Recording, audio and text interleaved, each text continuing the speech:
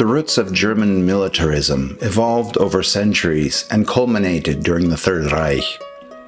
It grew to dominate most aspects of German society and eventually resulted in the nation's complete annihilation.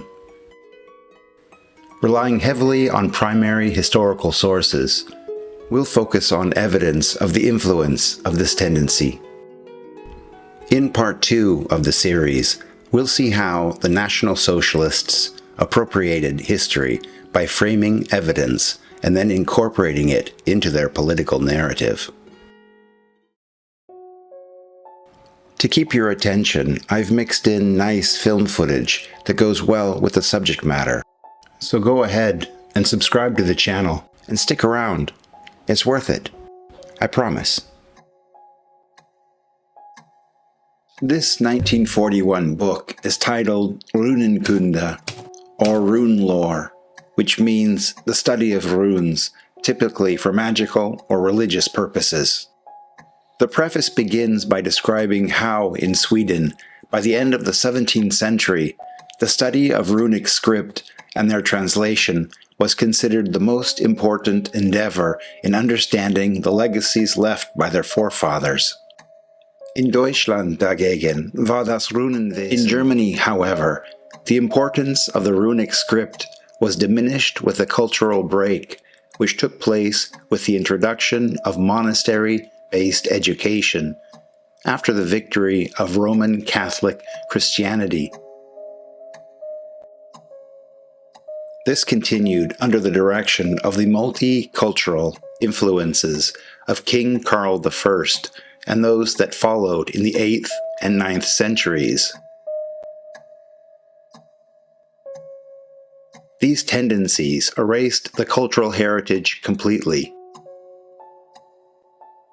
The runes were central in position in the ancient Germanic culture, and the Roman Catholic Franks did everything in their power to eliminate all traces of it from memory.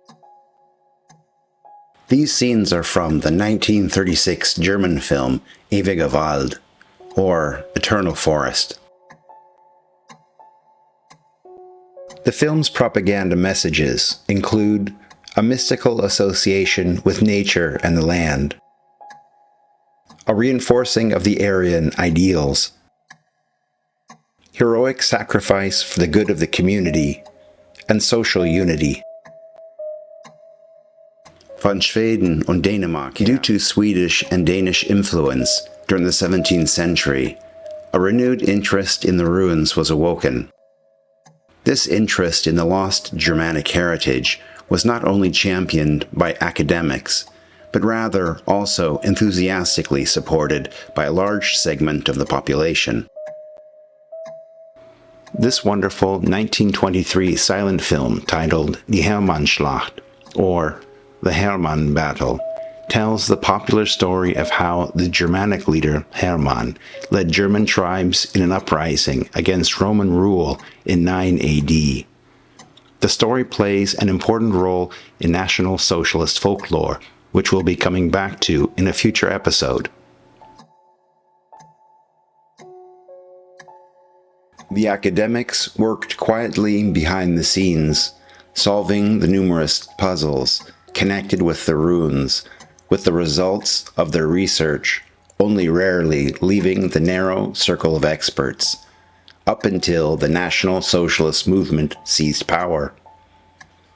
This change led the German people to begin to reflect on their traditional ways and their own achievements, leading more and more to a nationally conscious population, willing to breathe new life into the ruins. So regten zum Beispiel völkische. For example, nationalist groups such as the Wandervogel encouraged the jewelry industry to use the Germanic symbols of salvation and written runes. Where such use was practiced properly, it was welcomed as an expression of the desire to recover the old heritage of the ancestors. Influenced by this trend, the SS and the Hitler Youth have chosen the early sun rune as a symbol of eloquent power as their badge.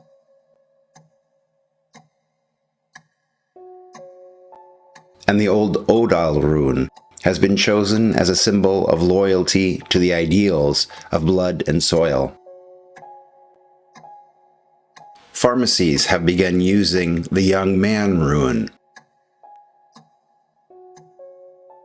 This rune is also increasingly being used as a symbol to represent the stages of human life.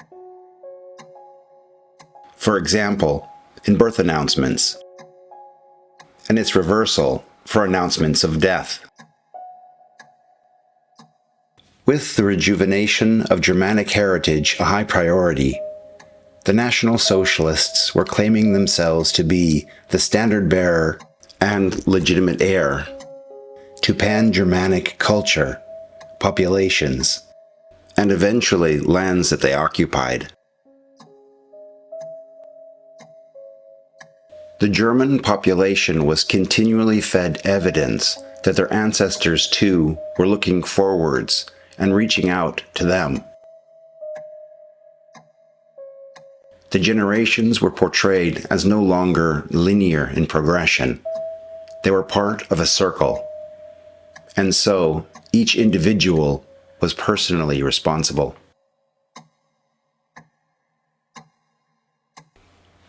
Next, I'll show most of the 1936 film Deutsche Geschichte wird lebendig, or German History Comes to Life. The film documents an archaeological dig that was organized by the SS. Notice the effort that goes into showing how professionally the excavation is handled, with the results then presented to Heinrich Himmler, the leader of the SS, for approval.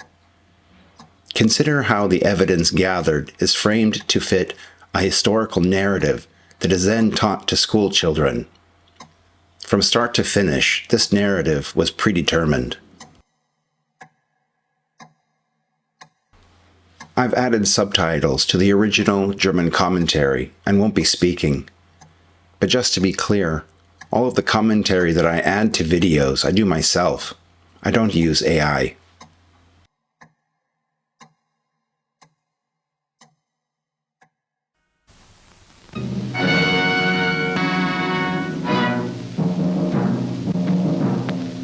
Unsere Spaten sind Waffen im Frieden, unsere Lager sind Burgen im Land. Gestern in Stände und Klassen geschieden, gestern der eine vom anderen gemieden. Gemeinsam im Sand, heute gemeinsam im Sand. Treue Fehde des Führers, Stoßtrupp des Friedens zu sein. Ziehen wir mit Huffel und Spaten stolz in die Zukunft hinein. Ziehen wir mit Huffel und Spaten stolz in die Zukunft hinein.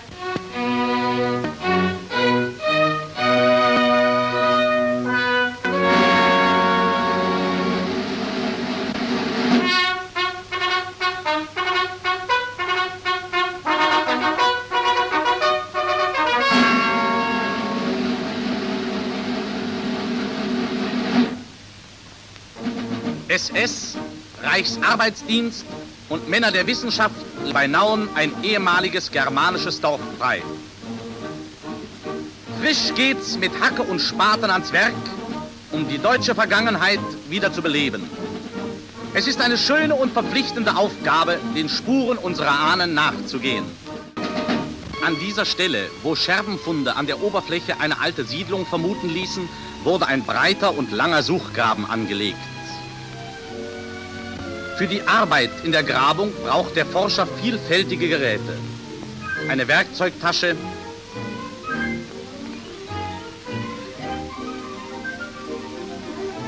Bandmaß,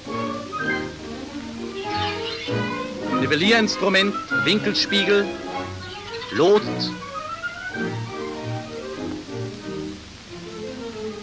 Wasserwaage, Kompass, Messer, Schaber, ein feinerer Spachtel, Fotoapparat und zur Anfertigung der Pläne und Zeichnungen dienen Maßstäbe, Rechenschieber, Storchschnabel, Dreiecke, Lupe, Bleistifte, Zirkel, Pinzette. Schließlich Tinten, Federn,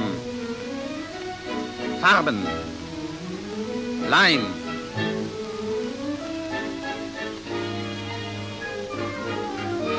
Pinsel und nicht zu vergessen ein Radiergummi. Diese kreisrunden, dunklen Flecke im hellen Sandboden sind die ersten Anzeichen der Siedlungshäuser. Denn in diesen schwarzen Stellen des Bodens erkennen wir die Reste der völlig vergangenen Pfosten eines Holzhauses, tief eingegraben in den gewachsenen Boden. Sorgsam werden daher diese Stellen in einen Plan eingetragen. Von der Genauigkeit dieser wissenschaftlichen Werkarbeit hängt es ab, ob sich ein getreues Bild von der ursprünglichen Anlage dieses germanischen Dorfes wiedergewinnen lässt. Maß für Maß wird auf den Plan übertragen. Und so schließen sich die Reihen der Pfostenlöcher zu den Grundrissen der Häuser zusammen.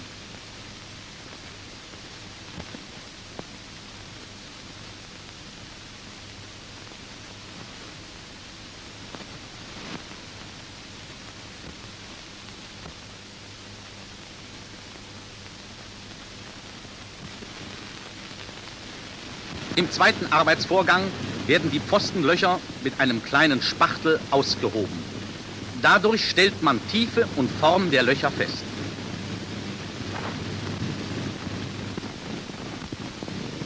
Die Füllung der Löcher wird sorgfältig herausgenommen.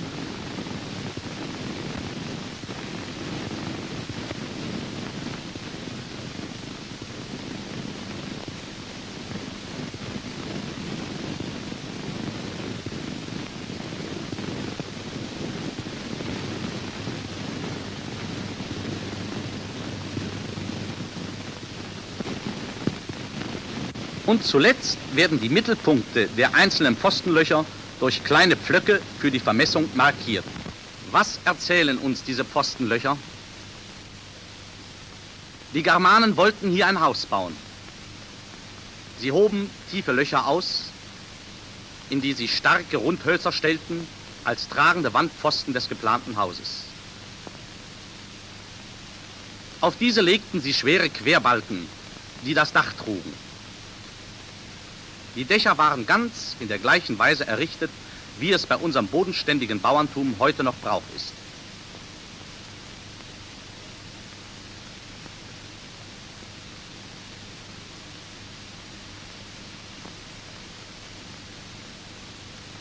Die einzelnen Fächer zwischen den Pfosten wurden mit Astgeflecht gefüllt und diese Flechtwerkwände dann mit einer Mischung aus Lehm und Strohhäcksel beworfen und verputzt. In der Mitte des Wohnhauses befindet sich die Herdstelle, eine mit Steinen ausgelegte Grube, die zur sorglichen Bewahrung des Feuers diente. Wie wir es hier sehen, wird etwa ein germanisches Haus ausgesehen haben. Aufgrund unserer Kenntnisse von frühgermanischem Holzbau lässt es sich ziemlich sicher so ergänzen. Die Häuser verfielen schnell, nachdem sie verlassen worden waren. Das Dachgebälk brach zusammen, dann zerfielen auch die Wände. Ein flacher Hügel war schließlich der einzige Zeuge, dass hier Menschen gewohnt hatten. Auch dieser verschwand in Jahrhunderten. Gras und Heide legten sich schweigend über das schlummernde Vorzeitgeheimnis. Der Mann hinter dem Pfluge, der heute nach 2 Jahrtausenden hier den alten Siedlungsboden umbricht, findet als erster zwischen seinen Schollen die Spuren der Vergangenheit. Durch seine Wachsamkeit wird er der unentbehrliche Verbündete des Forschers. So tief der Pflug fasst, wird die Fundschicht bis zur Unkenntlichkeit auseinandergerissen. Aber darunter, im unberührten Erdreich, bleiben die Reste gut erhalten. Daher wird nun an einer Stelle, die durch Oberflächenfunde als alter Wohnplatz kenntlich Grabungsabschnitt abgesteckt.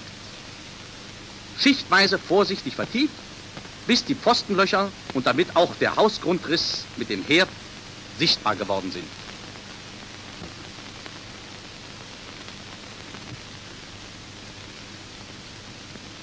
Wenn wir die Pfostenlöcher mit Stäben, Latten und Bändern kennzeichnen, so gewinnen wir den ersten Raumeindruck von den Bauten. Dieses kleine Haus ist ein Speicher oder Heustadel gewesen. Die größeren Häuser dienten als Wohnhäuser und hatten einen Herd, von dem der Pflug meist nur wenige Steine übrig gelassen hat. Nachdem die Hausgrundrisse feststehen, werden die Pfostenlöcher noch einzeln genau untersucht. Hier wird das untere Ende eines Doppelpfostens in einem senkrechten Schnitt gezeigt. Die Germanen haben die Löcher tief und sorgsam ausgehoben, ehe sie die Pfähle einsetzten und mit Erde feststampften. Diese Erde umgibt als grauer Streifen den Pfosten selbst, der sich als dunkler Kern von der Ummantelung abhebt.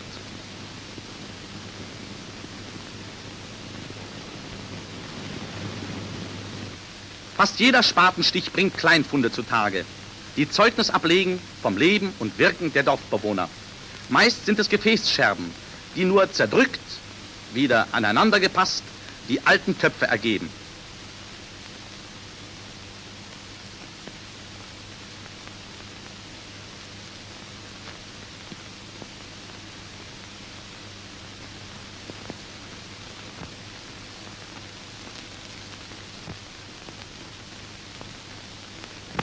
Mit diesem Schwungrad an der Spindel könnte heute noch die Bäuerin ihren Faden spinnen.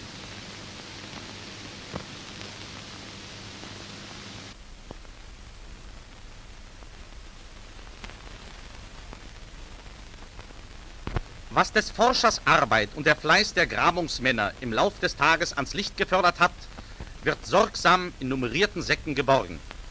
Die Schätze wandern ins Zelt, wo sie ihrer Auferstehung als wiederbelebte Wirklichkeit harren.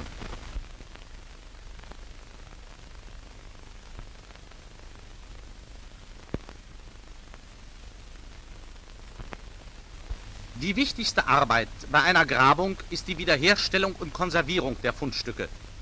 Den kundigen Händen des Wissenschaftlers gebührt hierbei der erste Arbeitsvorgang, denn er kennt die Formensprache der betreffenden Zeit.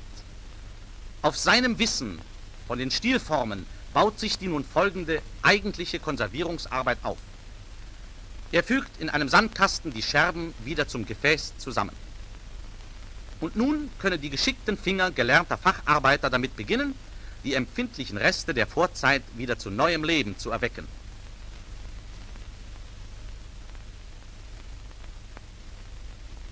Wir sehen, wie die Lücken sich schließen, wenn auch die eine oder andere Scherbe ganz fehlt und später mit Gips ergänzt werden muss.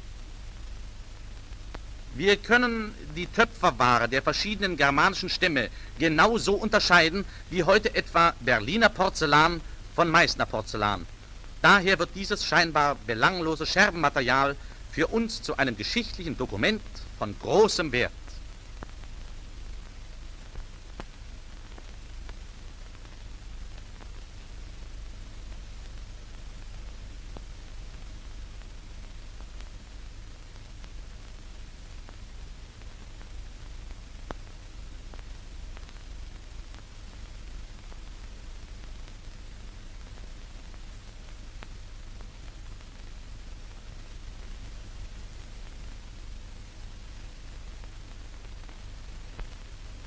Die beiden Forscher hier freuen sich mit Recht. Die wiedererstandenen Formen derartiger Gefäße ermöglichen ihnen, das Dorf auf dem Bärhorst den Elbgermanen zuzuteilen. Es muss am Anfang des 3. Jahrhunderts unserer Zeitrechnung bestanden haben. Raumnot und Übervölkerung zwangen die Bewohner, neues Land im Süden und Westen Deutschlands zu suchen.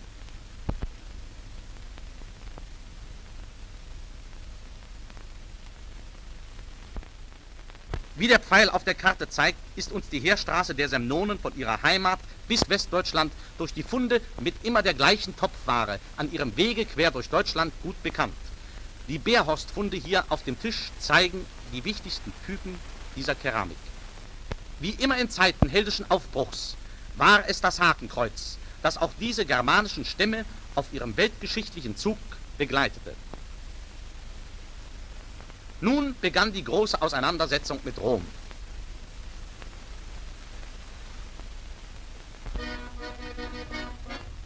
Der Grabungstrupp beschäftigt sich auch in seinen Feierabendstunden mit dem Ahnendorf. Im Modell soll ein möglichst wahrheitsgetreues Abbild dessen erstellt werden, was hier vor mehr als 1700 Jahren gewesen ist. Nach dem Plan werden die einzelnen Hauptgrundrisse in verkleinertem Maßstab übertragen und dann wirkliche kleine Häuser aus Holz und Pappe angefertigt. Die Männer der Schutzstaffel und des Reichsarbeitsdienstes stellen uns hier sichtbar ein Stück vaterländischer Geschichte vor Augen.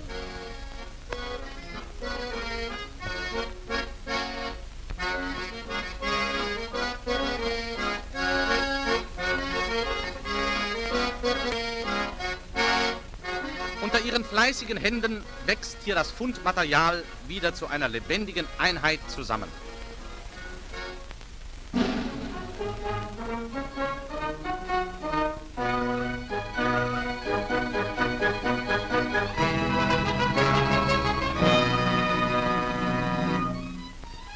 Die Führung des Dritten Reiches fördert all diese Bestrebungen in großzügiger Weise.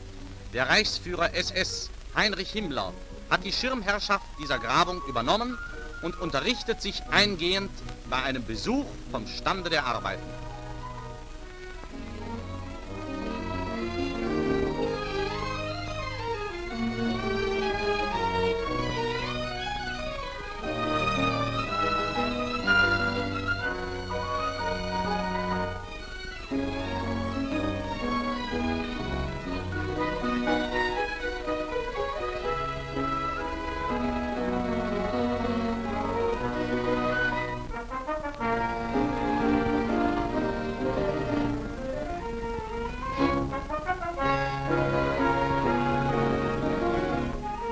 Der Reichsführer SS hat seine Stellungnahme zur praktischen Ahnenforschung in programmatischen Worten zum Ausdruck gebracht.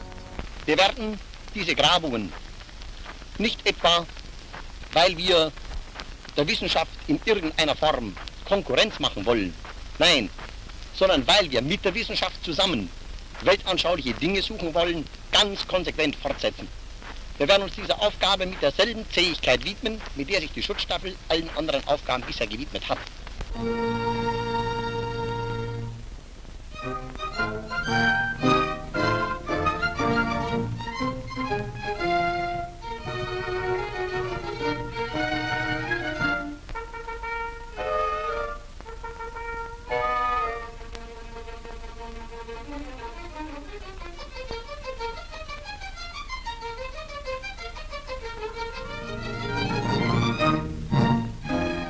Unsere Jugend nimmt lebendigen Anteil an dem spannenden Fortgang der Spatenforschung.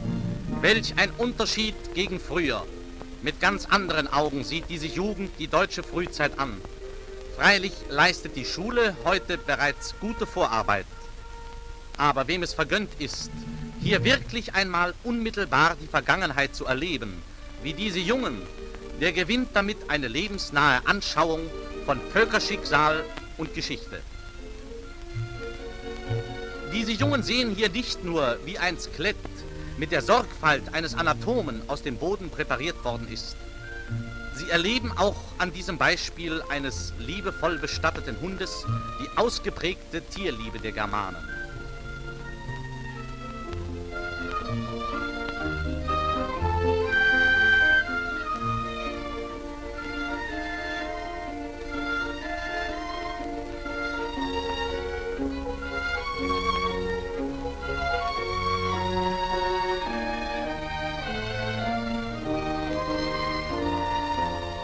Der unmittelbaren, lebendigen Anschauung in der Grabung folgt der Kartenunterricht. Die zahllosen Einzelergebnisse unserer Grabung werden dem politischen Weltbild eingefügt. Die Römer hatten zeitweise den ganzen Südwesten unseres Vaterlandes besetzt. Ein fester Grenzwall sollte ihre Eroberungen gegen Befreiungsversuche schützen. Den bedrohten Stämmen an der Grenze kamen die Elbgermanen zu Hilfe. Sie verließen ihre Heimat, auch unser Dorf bei Nauen. Im Jahre 213 erschienen sie an der Nordgrenze des Römischen Reiches.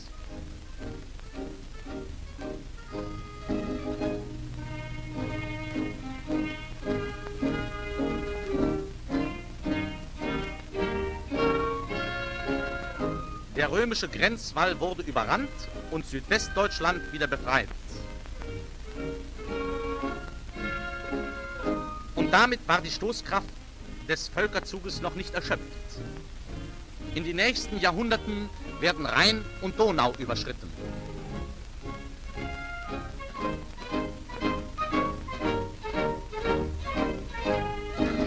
Nach wechselvollen, mit großer Erbitterung geführten Kämpfen mussten die Römer zuletzt auch aus ihrer stark befestigten Kaiserstadt Trier weichen.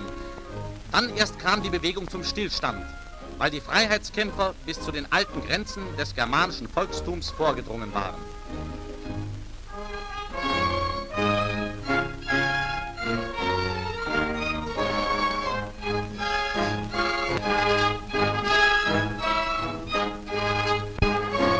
Das große Vorbild aus deutscher Vergangenheit wird unserer Jugend lebendig vor Augen stehen und sie wird hineinwachsen. To see other episodes in this series, click here. And please remember to subscribe to the channel. Patreon supporters preview all uploads and get regular access to exclusive footage. Thanks for watching.